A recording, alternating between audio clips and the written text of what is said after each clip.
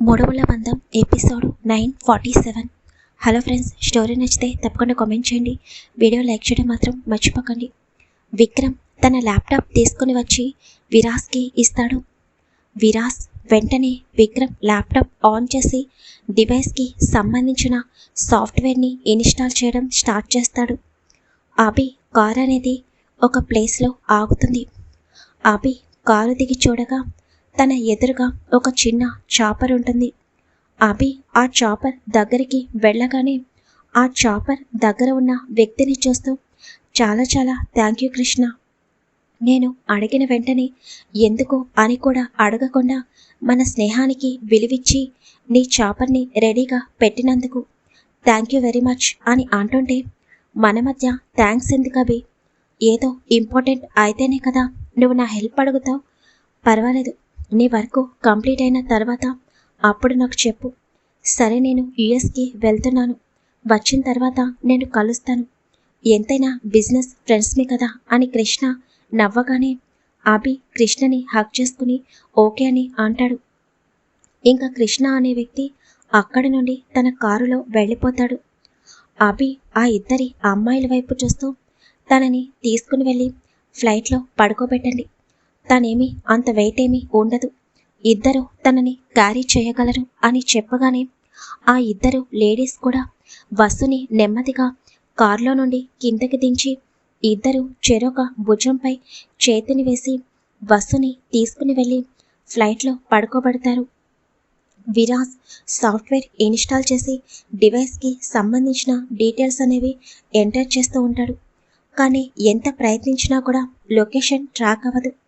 ఇదేంటి విరాస్, లాకెట్ వసు మెడలోనే ఉందని చెప్పావు, ఇదేంటి లొకేషన్ ట్రాక్ అవ్వడం లేదు అని విక్రమ్ అడుగుతుంటే, అదే అర్థం కావడం లేదు విక్రమ్. వసుకి మరీ మరీ చెప్పాను, తను నాకు తీయను అని మాట కూడా ఇచ్చింది, అలాంటిది తన మాట తప్పదు, మరి ఎందుకు డివైస్ లొకేట్ అవ్వడం లేదో అర్థం కావడం లేదు అని విరాస్ తన తల దగ్గర చిన్నగా రుద్దుకుంటూ అంటుంటే విక్రమ్ ఆలోచనలో పడతాడు. ఇంతలో విక్రమ్కి తన ఫ్రెండ్ నుండి కాల్ వస్తుంది. విక్రమ్ స్పీకర్ ఆన్ చేసి చెప్పు అని అంటుంటే, విక్రమ్ మొబైల్ నెంబర్ ట్రాక్ చేయమని చెప్పావు కదా, బట్ ఆ మొబైల్ నెంబర్ అనేది ఒక ప్లేస్ చూపించడం లేదు, చాలా ప్లేసెస్ చూపిస్తుంది. సెకండ్కి ప్లేసెస్ అనేవి చేంజ్ అవుతున్నాయి. ఎవరో కావాలని ఇదంతా చేస్తున్నారు. ఒక పర్సన్ పర్టిక్యులర్గా ఆ మొబైల్ నెంబర్ మీద ఉండి హ్యాక్ చేస్తున్నాడు అని చెప్పగానే విక్రమ్ వెంటనే విరాస్ వైపు చూస్తాడు. విరాస్కి అర్థమవుతుంది అదంతా అభి ప్లాన్ అని. సరే, నేను మళ్ళీ కాల్ చేస్తానని చెప్పి విక్రమ్ కాల్ కట్ చేస్తాడు. వాడు చాలా తెలివిగా ప్లాన్ చేశాడు విరాస్. మరి డివైస్ ఎందుకు ట్రాక్ అవ్వడం లేదు అని విక్రమ్ ఆలోచిస్తూ ఉండగా, ఇది కూడా వాడు ఏదో చేశాడు విక్రమ్ అని విరాస్ అంటుంటే, ఇదెలా సాధ్యం విరాస్, లాకెట్లో ట్రాకర్ ఉందని తనకెలా తెలుస్తుంది అని విక్రమ్ అడుగుతుంటే, ఎందుకంటే వాడు కూడా ఒకసారి వసు మొబైల్కి ట్రాకర్ ఒకటి ఫిక్స్ చేశాడు.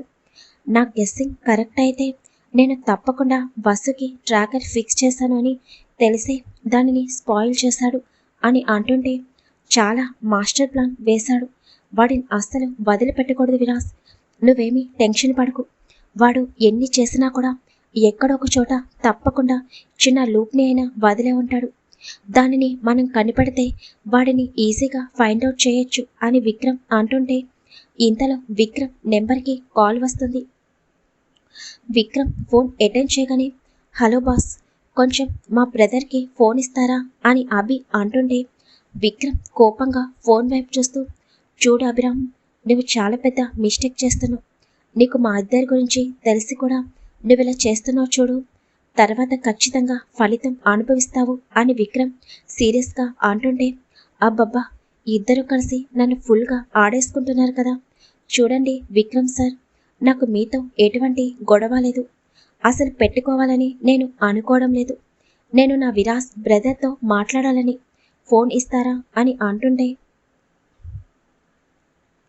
విరాస్ విక్రమ్ చేతిలోన ఫోన్ తీసుకుని డివైస్ స్పాయిల్ చేసింది నువ్వే కదా అని సీరియస్గా అంటుంటే, భలే కనిపెట్టావు బ్రో, ఎంతైనా ఒకసారి దెబ్బతిన్నాను కదా, నేను తక్కువ అంచనా వేస్తానని ఎలా అనుకున్నావు?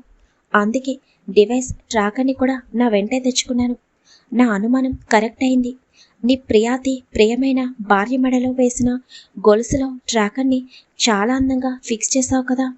ఎవరికి అసలు చిన్న అనుమానం కూడా రాదు తెలుసా? నేను మొబైల్కి ట్రాకర్ని ఫిక్స్ చేస్తే నువ్వేకంగా లాకెట్లో ట్రాకర్ని ఫిక్స్ చేశావు. నిజంగా నీ ఐడియాకి హ్యాట్స్ ఆఫ్ అని అంటుంటే షటప్ అభి. పిచ్చి పిచ్చి వేషాలు వేశావంటే చంపేస్తాను. ఇప్పటికే చాలా ఎక్కువ చేశావు. ఇక్కడితో ఆపేస్తే బాగుంటుంది. లేకపోతే తర్వాత జరిగే పరిణామాలని నువ్వు అస్సలు ఊహించలేవు అని విరాస్ సీరియస్గా అంటుంటే, అయ్యో బ్రో, అసలు ప్లాన్ వేసింది నేను. నీకొక విషయం తెలుసా? నీ ఫ్రెండ్ దేవ్ ఉన్నాడు కదా, వాడి దగ్గరికి ఆ ఎస్ఐని పంపించింది నేనే. కరెక్ట్గా వాడు నీకు ఫోన్ చేసేటట్టు చేసింది నేనే. నిన్ను వసు నుండి పక్కకు వెళ్ళేటట్టు చేసింది నేనే. వసుకి నువ్వు ప్రమాదంలో ఉన్నావని చెప్పి తనని పక్కకి రప్పించింది నేనే. ఇన్ని చేసిన వాడిని ఇక్కడితో ఆపేస్తే ఎలా బాగుంటుంది చెప్పు? నా క్యూటీని నా సొంతం చేసుకోకుండా ఈ అభి అస్సలు ప్రశాంతంగా ఉండలేడు. ఇంత ఆస్తిని, కంపెనీస్ని అన్నీ పోగొట్టుకున్నా కూడా నేనుంది నా క్యూటీ కోసమే. అలాంటి క్యూటీని నీకు వదిలేసి నన్ను సన్యాసం తీసుకోమంటావా ఏంటి? అంత రిస్క్ నేను చేయలేనబ్బా. సరే ఉంటా. నా కోసం నా క్యూటీ బాగా వెయిట్ చేస్తూ ఉంటుంది అంటాననుకున్నావా? అస్సలు వెయిట్ చేయదు. ఆయన స్పృహలో లేదు కదా, ఎలా వెయిట్ చేస్తుంది చెప్పు అని అభి గట్టిగా నవ్వుతూ ఫోన్ని స్విచ్ ఆఫ్ చేసేస్తాడు. అభి మాట్లాడుతున్నంతసేపు విరాస్ కోపం అనేది పీక్స్లోకి వెళ్ళిపోతుంది. అభి ఫోన్ పెట్టగానే విక్రమ్ వాడు వసుని తీసుకుని ఎక్కడికో వెళ్తున్నాడు. పక్కన చాలా ఫోర్స్గా గాలి సౌండ్ వస్తుంది. నీకు వినిపించిందా అని అంటుంటే, అవును విరాస్, తప్పకుండా తను వసుని ఫ్లైట్లో ఎక్కడికో తీసుకుని వెళ్తున్నాడు అని విక్రమ్ అంటుంటే, ఎస్ విక్రమ్, అనవసరంగా వసుని ఒంటరిగా వదిలేసి పక్కకు వెళ్ళాడు. ప్రెజెంట్ వసు స్పృహలో లేదు. ఒకవేళ వసుకి స్పృహ వచ్చి వాడిని చూస్తే, నో, వసు ఎక్కడుందో నాకు తెలియాలి. తను లేకపోతే నేను ఒక్క క్షణం కూడా ఉండలేను అని విరాస్ బాధగా అంటుంటే, విరాస్ ప్లీజ్, బాధలో అలాగే ఆవేశంలో మనం మన ఆలోచన జ్ఞానాన్ని కోల్పోతాము. ప్రశాంతంగా ఆలోచిద్దాం. ఎక్కడొక చోట తప్పకుండా ఏదో ఒక క్లూ దొరుకుతుంది. నువ్వు బాధపడకు. నిన్నిలా చూస్తుంటే నా వల్ల కావడం లేదు అని విక్రమ్ బాధగా అంటుంటే, నువ్వు వెళ్ళు విక్రమ్. మళ్ళీ పెళ్లి మండపంలో నువ్వు లేకపోతే అందరూ నిన్ను వెతుకుతారు. నేను వసు గురించి చూసుకుంటాను అని విరాస్ చెప్పగానే, నిన్ను ఇటువంటి పరిస్థితుల్లో వదిలేసి ఎలా వెళ్తానని అనుకున్నావు విరాస్? అస్సలు కుదరదు. ప్రియా, తరుణ్, సంతోష్, నిత్య పెళ్లి అంగరంగ వైభవంగా జరుగుతుంది. వాళ్ళ పక్కన నేను లేకపోయినా వాళ్ళ పెళ్లికి ఎటువంటి ఆటంకాలు ఉండవు. కానీ ఈ టైంలో నేను నా ఫ్రెండ్ పక్కన తప్పకుండా ఉండి తీరాలి. వైషు నాకు దూరం అయినప్పుడు తను నా కళ్ళెదురుగానే ఉండి నాపై సీరియస్గా ఉంటేనే నేను తట్టుకోలేకపోయాను. అలాంటిది వసుని వాడు కిడ్నాప్ చేసి తీసుకుని వెళ్ళిపోయాడు. ఈ టైంలో నిన్ను ఒంటరిగా వదిలేసి వెళ్తానని ఎలా అనుకున్నావు? ఈ టైంలో నువ్వు ఎంత పెయిన్ అనుభవిస్తున్నావో నాకు తెలియదా విరాస్? ఈ టైంలో నాకు అందరికంటే నువ్వే ముఖ్యం. వైశ్యుని చూసుకోవడానికి అమ్మ, అక్క అందరూ ఉన్నారు. కానీ ఈ టైంలో నీకు సపోర్ట్గా నిలబడడానికి ఈ ఫ్రెండ్ ఎప్పుడూ నీ పక్కనే ఉంటాడు అని విక్రమ్ చెప్పగానే విరాస్ వెంటనే విక్రమ్ని హగ్ చేసుకుంటాడు. విరాస్ కళ్ళల్లో కన్నీళ్లు వస్తుంటే విరాస్ వెన్ను నిమురుతూ, కంట్రోల్ విరాస్, వసుని వాడు ఏమీ చేయలేడు. వసు తన చిటికిన వేలు కూడా వాడిని ముట్టుకొనివ్వదు. తన గురించి మనకి తెలియదా? మన దగ్గర అలా ఉంటుంది, కానీ తప్పకుండా ధైర్యంగా ఉంటుంది. నువ్వు తనని తీసుకుని వెళ్తావని పూర్తి నమ్మకంతో తను నీ గురించి ఎదురు చూస్తూ ఉంటుంది. ప్లీజ్, నువ్వు నేను కలిస్తే తప్పకుండా ఆ అభి ఎక్కడున్నాడో ఈజీగా తెలుసుకోగలము. కానీ ఎక్కువ ఆవేశపడకుండా చాలా నిదానంగా ఆలోచించాలి. అప్పుడే మనం చిన్న చిన్న పాయింట్స్ని మిస్ అవ్వకుండా ఉంటాము అని విక్రమ్ చెప్పగానే విరాస్ విక్రమ్కి దూరం జరిగి, థ్యాంక్ యూ విక్రమ్, కానీ నా భయం ఆ అభి వసుని ఏదో చేస్తాడని కాదు. నీకు తెలుసు కదా, ఆ పూజారి ఈ నెలలో వసుకి గండం ఉందని చెప్పాడు. ఈ పిచ్చి పిల్ల వాడు ఏదన్నా చేయడానికి ప్రయత్నిస్తే ఎక్కడ ప్రాణాల మీదకి తెచ్చుకుంటుందేమోనని భయంగా ఉంది అని విక్రమ్ అని విరాస్ బాధగా అంటుంటే విక్రమ్ కూడా ఆలోచనలో పడతాడు. తనకి కూడా అదే నిజం అని అనిపిస్తుంది. కానీ తను కూడా అవును అని అంటే విరాస్ ఇంకా ఎక్కువ బాధపడతాడని. అలాంటిది ఏమీ ఉండదు విరాస్. వసు గురించి నాకు తెలుసు. తప్పకుండా తను స్ట్రాంగ్గా ఉంటుంది. అలాంటి పరిస్థితి రాకముందే మనం వసుని కనిపెడదాము ప్లీజ్ అని విక్రమ్ అంటుంటే వైశ్యకి ఈ విషయం చెప్పక విక్రమ్. ఈ టైంలో తను కంగారు పడడం, టెన్షన్ తీసుకోవడం కరెక్ట్ కాదు. తన హెల్త్కి కూడా మంచిది కాదు అని చెప్పగానే తప్పకుండా నేను వస్తు గురించి ఎవరికి చెప్పను. సరే ముందు వెళ్ళి సీసీ కెమెరా ఫుటేజ్లో ఏమన్నా క్లూ దొరుకుతుందేమో చూద్దాం పద అని విక్రమ్ విరాస్ ఇద్దరు కూడా అక్కడి నుండి బంగ్లా లోపలికి వెళతారు. విరాస్ వాళ్లతో ఫోన్ మాట్లాడిన తర్వాత అభి కూడా ఫ్లైట్ ఎక్కగానే ఫ్లైట్ అనేది టేకాఫ్ అవుతుంది. విక్రమ్ విరాస్ ఇద్దరు కలిసి మ్యారేజ్ స్టార్ట్ అయిన దగ్గర నుండి సీసీటీవీ ఫుటేజ్ అనేవి చెక్ చేస్తూ ఉంటారు. ఎంట్రన్స్ దగ్గర నుండి ప్రతిదీ అబ్జర్వ్ చేయాలి కాబట్టి విక్రమ్ విరాస్కి చాలా టైం పట్టేస్తుంది. విక్రమ్ విరాస్ ఇద్దరు కూడా అలా ఫుటేజ్ చెక్ చేస్తూ ఉండగా అభి విరాస్ కోసం పెట్టిన రౌడీలు 20 మంది కూడా ఒకరి తర్వాత మరొకరు లోపలికి ఎంటర్ అవ్వడం ప్రతిదీ విక్రమ్ విరాస్ ఇద్దరు కూడా గమనిస్తూ ఉంటారు. వీళ్ళ దగ్గరికి కార్డ్స్ ఎలా వచ్చుంటాయి విరాస్, అన్ని కార్డ్స్ ఎలా అని విక్రమ్ సీసీ ఫుటేజ్ చూస్తూ అడుగుతుంటే వాడు నిన్నే వచ్చాడని దేవ్ చెప్పాడు. అంటే వాడు కార్డ్స్ ప్రింట్ తీయించి ఉండాలి. ఆ కార్డ్స్ ప్రింట్ తీసిన వాడు కూడా వీడికి తెలిసిన వాడే అయి ఉండాలి అని విరాస్ చెప్పగానే కొంచెం సమయం తర్వాత ఒక వ్యక్తి లోపలికి మాస్క్ పెట్టుకుని ఇద్దరి అమ్మాయిలతో కలిసి రావడం చూసిన విక్రమ్ విరాస్ ఇద్దరు కూడా ఒకరి ఫేస్ మరొకరు చూసుకుంటారు. వీడు తప్పకుండా ఆ అభిరామ్ విరాస్ అని విక్రమ్ అంటుంటే అవును విక్రమ్, మనం వాడిని గుర్తుపడతామని అలా ఫేస్కి మాస్క్ పెట్టుకుని వచ్చాడు. లేకపోతే విలియమ్స్, హుస్సేన్, స్టీఫెన్ ఎవరైనా వాడిని గుర్తుపట్టేవారు. పైగా ఇద్దరు అమ్మాయిల్ని తీసుకుని వచ్చాడు కదా, అందుకే ఎవరికి అనుమానం రాలేదు అని విరాస్ అంటుంటే చాలా మాస్టర్ ప్లాన్ వేశాడు ఈ అభిరామ్.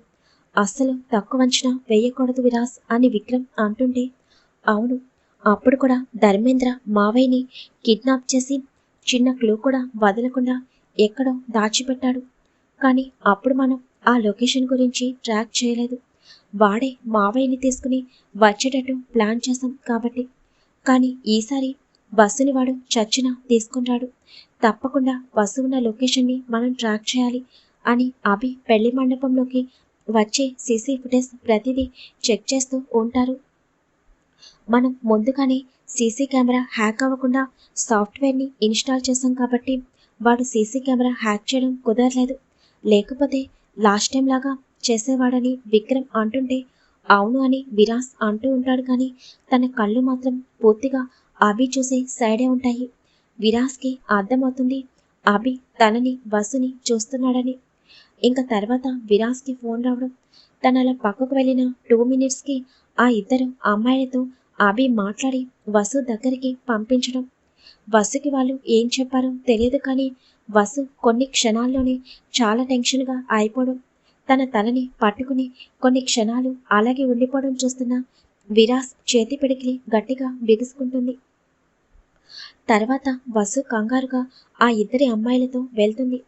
అక్కడ వసు అభిని చూడటం, అభి వసుతో మాట్లాడటం, వసు కోపంగా అభితో ఏదో మాట్లాడుతుంటే ఇంతలో అభి వసు ఫేస్ పై స్ప్రే చేయడం ప్రతిదీ చూస్తున్న విరాస్కి అప్పటికప్పుడే అభిని చంపేయాలన్నంత కోపం వస్తుంటే అలాగే స్క్రీన్ వైపు చూస్తూ ఉంటాడు. విక్రమ్కి కూడా అభి ఎదురుగా ఉంటే ఆ టైంలో వాడిని షూట్ చేసి పడేయాలన్నంత కోపం వస్తుంటే తన కోపాన్ని కంట్రోల్ చేసుకుంటూ ఉంటాడు.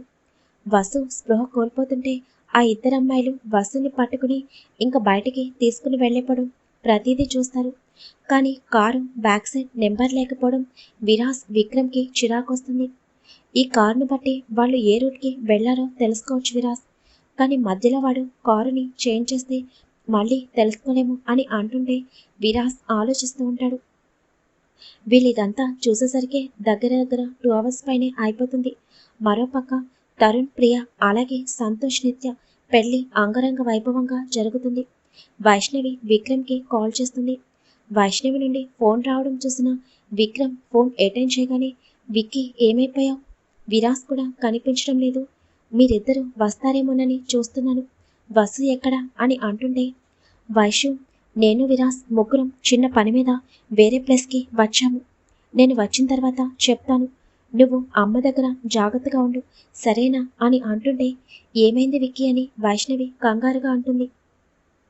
వైషు ప్లీజ్ అని అంటుంటే విరాస్ విక్రమ్ చేతిలో ఉన్న మొబైల్ తీసుకుని, వైషు ఏమీ కాలేదు, నువ్వు టెన్షన్ పడకు, అర్థమైందా?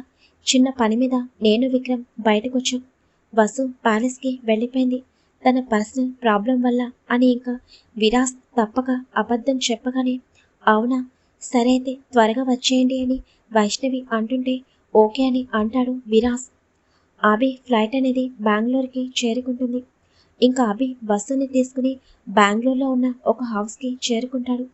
తర్వాత ఇద్దరి లేడీస్ వైపు చూస్తూ వసుని తీసుకుని వెళ్ళి రూమ్లో పడుకోబెట్టమని చెప్పి తన హౌస్ లాక్ ఓపెన్ చేయగానే ఆ ఇద్దరు అమ్మాయిలు కూడా వసుని తీసుకుని వెళ్ళి రూమ్లో పడుకోబెడతారు. అభి వాళ్ళిద్దరి వైపు చూస్తూ, మీకోసం ఆల్రెడీ రూమ్ బుక్ చేశాను, ఇంకా వెళ్ళండి, నేను కాల్ చేసినప్పుడు రండి అని చెప్పగానే వాళ్ళిద్దరూ అక్కడి నుండి వెళ్ళిపోతారు. అప్పటికి ఎర్లీ మార్నింగ్ 3 అవుతుంది. అభి వసు ఉన్న రూమ్లోకి వెళ్ళి చూడగా వసు అలాగే బెడ్పై పడుకుని ఉండటం చూసి, ఎన్ని రోజులవుతుంది నేను ఇలా దగ్గరగా చూసి, ఇప్పుడే నేను నా సొంతం చేసుకోమని నాలో ఉన్న ప్రతి అణువణువు స్పందిస్తుంది. కానీ నువ్వు ఇలా స్పృహలో లేనప్పుడు అస్సలు నిన్ను టచ్ కూడా చేయను. అందుకే కదా ఇప్పటి వరకు నిన్ను కొంచెం కూడా టచ్ చేయలేదు. నువ్వు మెలకుగా ఉన్నప్పుడు మాత్రమే ఈ అభిరామ్ నిన్ను నా సొంతం చేసుకుంటాడు. ఎలాగో నీకు మెలకువ రావడానికి ఇంకా 3-4 అవర్స్ పడుతుంది. నేను వెళ్ళి ప్రశాంతంగా పడుకుంటాను అని ఆపి వసు వైపు కొన్ని క్షణాలు చూసి అక్కడి నుండి మెయిన్ డోర్ లోపల నుండి లాక్ వేసి ఇంకొక రూమ్లోకి వెళ్ళి బెడ్పై వాలిపోతాడు. మార్నింగ్ అవుతుండగా వసుకి మెలకువ వస్తుంది. తన తలంతా భారంగా అనిపిస్తుంటే వసు నెమ్మదిగా కళ్ళు తెరవగానే తనకి నిన్న జరిగింది గుర్తుకు రాగానే టక్కున ఒక్కసారిగా లేచి కూర్చుని చుట్టూ చూస్తుంది. హలో ఫ్రెండ్స్, స్టోరీ ఎలా ఉందో ప్రతి ఒక్క తప్పకుండా కామెంట్ చేయండి. వీడియో లైక్ చేయడం మాత్రం మర్చిపోకండి. Thank you very much.